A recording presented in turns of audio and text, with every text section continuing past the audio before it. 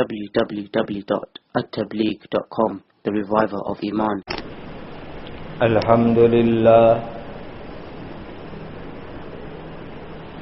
Alhamdulillahi wa kafa wa salamun ala ibadihi alladhina istafa.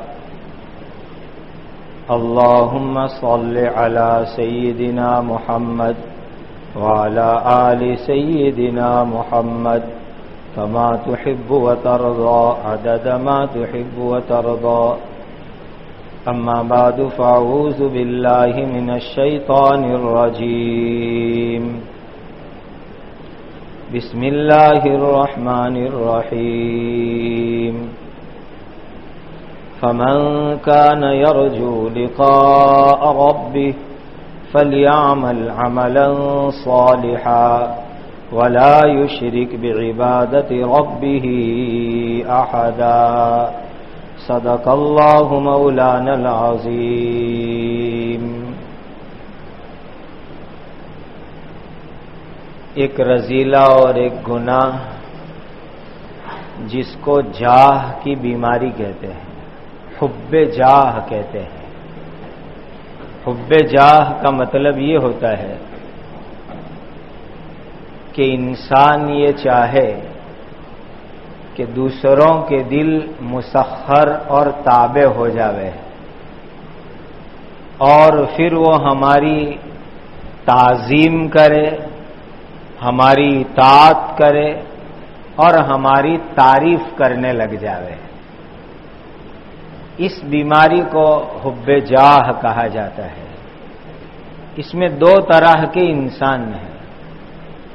بعض انسان ایسے ہیں کہ کوئی اچھا کام کرتے ہیں اور پھر یہ چاہتے ہیں کہ لوگ ان کی تعریفیں کریں، اور کچھ لوگ ایسے ہوتے ہیں کہ جن کو کوئی کام اچھا کرنا نہیں اور مفت میں لوگوں کی تعریف کے انتظار میں لگے رہتے ہیں. ایسی بھی ایک بہت بڑی جماعت ہے کہ کرنے والے اچھے کام کے کچھ لوگ ہوتے ہیں اور اس کاموں کے اوپر تعریف چاہنے والے، تعریف کمانے کے چکر میں پڑے رہنے والے کچھ اور لوگ ہوتے ہیں. یہ حب جاہ کے مریض لوگ ہیں. حضرت تھانوی رحمۃ اللہ علیہ فرماتے ہیں کہ یہ جو جاہ کی بیماری ہے کہ لوگ تعریف کرے، میرے مسخر ہو جائے، میری تعظیم کرے، اطاعت کرے، کا اس کا علاج بہترین یہ ہے کہ انسان یہ سوچے کہ جو میری تعریف کر رہا ہے یا جس سے میں تعریف کروانا چاہتا ہوں یا جس سے تعظیم اور اطاعت کروانا چاہتا ہوں وہ فانی ہے، فنا ہونے والا ہے، اور میں خود بھی فانی ہوں اور فنا ہونے والا ہوں. اب کوئی فانی کسی فانی کی تعریف کرے، اس کا کیا حاصل؟ کوئی فانی کسی فنا ہونے والے کی تعظیم یا اطاعت کرے تو اس کا کیا حاصل اور کیا اس کا مطلب؟ کہ جب انسان اپنے فنا ہونے کو، اپنے فانی ہونے کو اور جو تعریف کر رہا ہے اس کے فانی ہونے کو مسلسل سوچتا رہے گا تو انشاءاللہ یہ حب جاہ کی بیماری اس کے دل میں سے نکل جائے گی، اللہ اس کو نکال دیں گے. اور ایک بزرگ ارشاد فرماتے ہیں کہ جب دنیا کے اندر کوئی شخص تمہاری کسی بات پر، کسی چیز پر، کام پر تعریف کرے تو تھوڑی دیر کے یہ سوچ لو کہ یہ تعریف تمہاری آپ کی نہیں ہو رہی ہے، یہ اللہ سبحانہ و تعالی کی ہو رہی ہے. جس اللہ نے تم سے یہ کام کروا لیا ہے، جس اللہ نے تم کو اس عمل کی توفیق دی، حقیقت کے اندر اس اللہ تعالی کی تعریف ہو رہی ہے. اس لیے کہ اگر تمہاری برائیاں، کمیاں، کمزوریاں اس کے سامنے ظاہر ہو جاتی تو تعریف تو کیا، شاید وہ تمہارے اوپر تھوکنے کے لیے بھی تیار نہ ہوتے. اس لیے یہ تعریف کی جو چاہت ہوتی ہے کہ لوگ میری تعظیم اور اطاعت کریں اس کو بھی اپنے دل سے نکالنے کی بہت ضرورت ہے. اللہ اس سے ہماری حفاظت فرمائے. ایسی ایک قریب اس کی ایک بیماری ہے ریاکاری، جس کو دکھلاوا کہا جاتا ہے. اس کا حاصل یہ ہے کہ بندگی، اطاعت، نیک اعمال جو اللہ کے لیے ہے، اس نیک اعمال کے اندر انسان مخلوق کا ارادہ کرے کہ مخلوق میرے اس نیک کام کے اوپر میری قدر کرے، لوگ میری اس نیکی کے اوپر میری قدر کرنے والے بن جائے، اور لوگوں کو وہ میرا عمل دکھے، نظر آوے، اور پھر لوگ اس کے اوپر میری قدر کرنے والے بن جائے. اس کو ریاکاری، دکھلاوا کہا جاتا ہے، اور اسی کو شرک خفی کہا گیا. چھوٹا شرک خفی، یہ ریاکاری، دکھلاوے کی بیماری. حضرت تھانوی فرماتے ہیں کہ اس کا علاج ایک تو حب جاہ کا جو علاج بتلایا گیا کہ اس سے انشاءاللہ یہ دکھلاوے کی بیماری بھی ختم ہو جائے گی. دوسرا علاج اس کا یہ ہے کہ جو اعمال اجتماعی طور پر کرنے ہیں، مثلا فرض نماز با جماعت پڑھنی ہے، تو جو اعمال اجتماعی طور پر انجام دینے ہیں، جماعت کے ساتھ انجام دینے، وہ تو آدمی جماعت کے ساتھ انجام دے.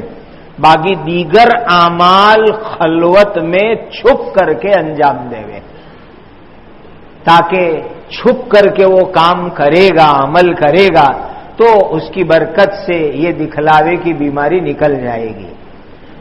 سید الطائفہ حضرت حاجی امداد اللہ صاحب مہاجر مکی رحمت اللہ علیہ نے اس کا ایک اور علاج بہت عمدہ تجویز فرمایا.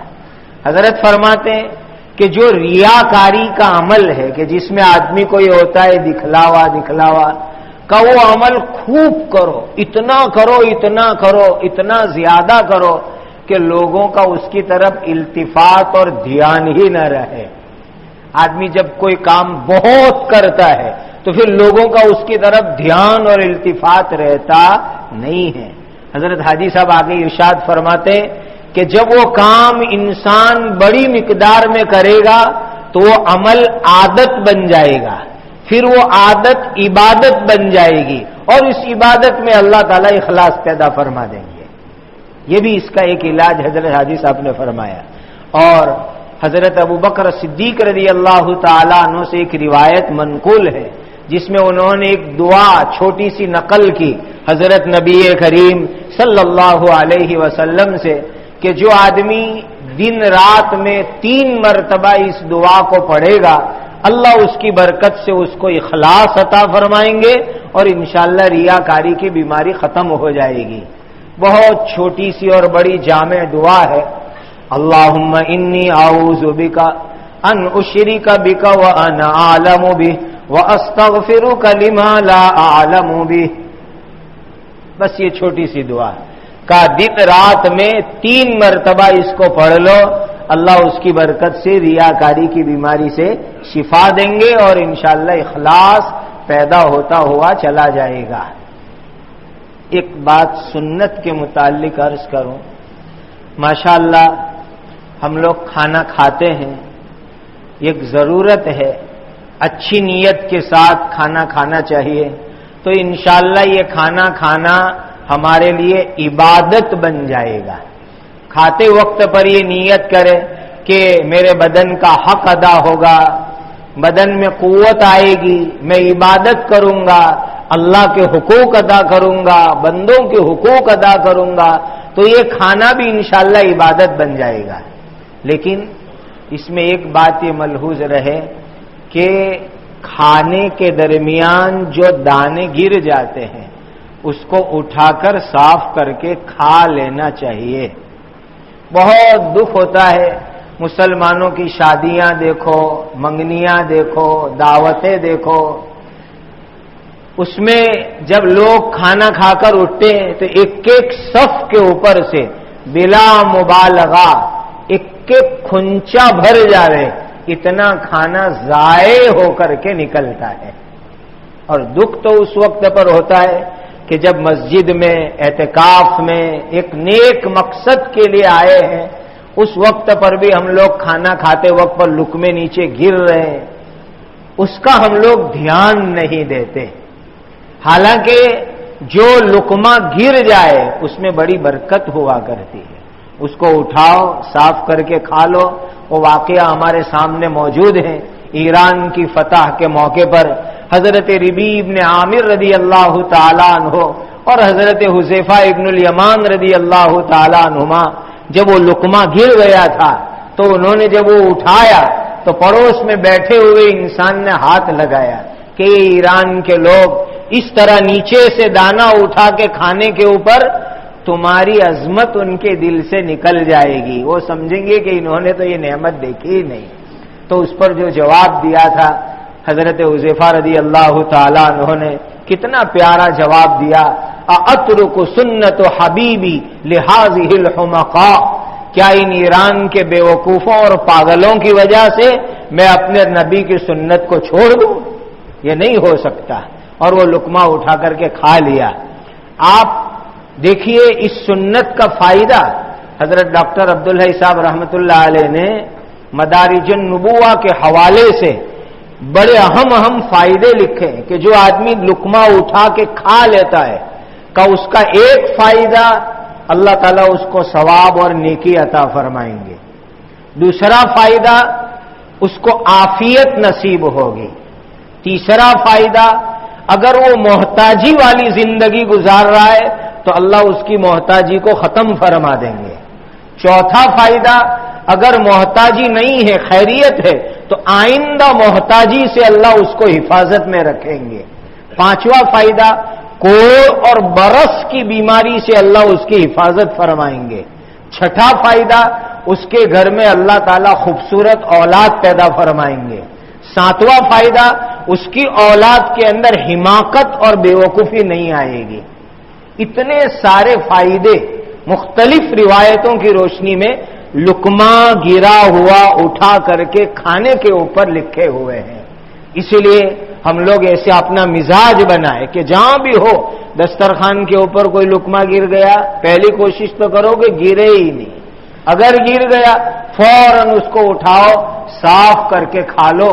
آج کل جو حالات ہو رہے ہیں ایسے ہمارے دینی بھائی بہنوں کے حالات دیکھنے میں آتے ہیں کہ رمضان میں 2-3 دن کے اندر مسلسل ان کے روزے چل رہے ہیں، رات کو بھی روزے دن میں بھی روزے، ان کو ایک لقمہ کھانے کے لیے میسر نہیں ہو رہا ہے، اور ایسے حالات میں ہم اتنے لقمے ضائع کریں تو بتاؤ کہ یہ کھانے والی نعمت کی کتنی بڑی ناقدری ہوگی۔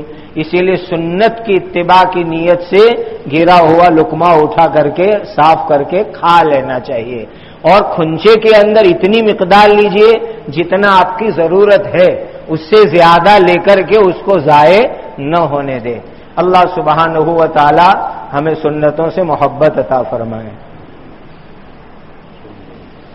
کہ ایک شکایت کچھ اس طرح مل رہی ہے کہ جیسے کہ یہاں اعلان بھی لگا ہوا ہے دونوں زبان میں، گجراتی اردو میں، اور آپ سب کو معلوم ہے کہ یہاں قیام طعام کے ساتھ جو یہ معمولات کا نظام ہے، خانقاہی نظام ہے، یہ سنت اعتکاف کے سلسلے میں آنے والے حضرات کے واسطے ہیں۔